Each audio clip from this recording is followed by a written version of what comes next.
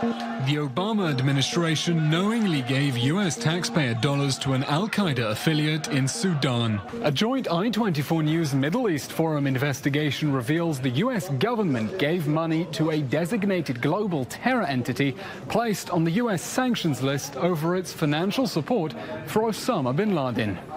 The story begins in February 2014. The U.S. Agency for International Development authorizes a grant of nearly $750,000 to World Vision, a Christian charity. The mission? Humanitarian relief for displaced persons in Sudan's war-torn Blue Nile state. World Vision works with a local partner, the Islamic relief agency ISRA. It gets $200,000 from USAID for humanitarian work on the ground, but it's not a simple aid organization. 10 years earlier, ISRA was designated a global terror entity by the administration of George W. Bush, blacklisting the whole global network of the Islamic Africa Relief Agency, aka the Islamic Relief Agency, or ISRA, accused of giving direct financial support to Osama bin Laden and labeled a former affiliate of Maktab al-Khidamat, the precursor of Al-Qaeda. ISRA, also accused of serving as a funding conduit for Hamas, raising money for terror attacks in Israel. Check the US sanctions list and the Islamic Relief Agency is there. Its US assets frozen, any dealings with it a criminal offense. World Vision insists it searched the sanctions list for Islamic relief in Sudan and got no results. It's listed as based in Missouri. Fast forward to November. World Vision tells the agency that ISRA might be on the sanctions list. Activities with ISRA are suspended, and USAID tips off the State Department and the Treasury. In February 2015, USAID confirms the mistake, telling World Vision to suspend activities with ISRA and to stop transferring it money. ISRA should never have been a USAID subawardee.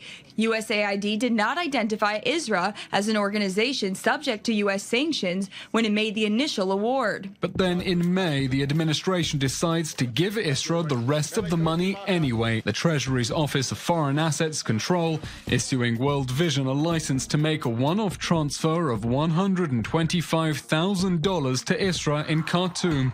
World Vision says, for humanitarian work that was verified to have been completed under the grant, but in full knowledge that ISRA was on the Treasury's own sanctions list. According to the USAID official, all this was done in consultation with and on the guidance of the State Department under John Kerry. The State Department didn't answer our question, why approve money to a designated terror group, but a government official confirmed the story.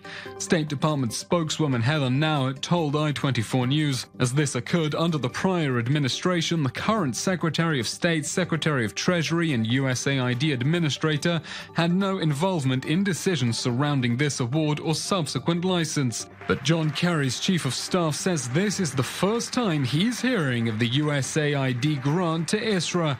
Grants don't typically cross the desk of the Secretary's office, he told us. I don't recall that I ever or the Secretary ever had eyes on any specific grant award. That's just not the way it works. From the Treasury, no response. A USAID official says the agency has learnt its lesson and staff now have to screen organizations getting US funding against the sanctions list. For its part, World Vision insists it has robust screening processes and strongly condemns terrorism. We have no evidence that any of our funds have been used for anything other than urgent humanitarian work. But the damning questions remain. Why did the Obama administration knowingly allow taxpayer dollars to be sent to a designated terror entity, and who knew? Alon Levy, I-24 News.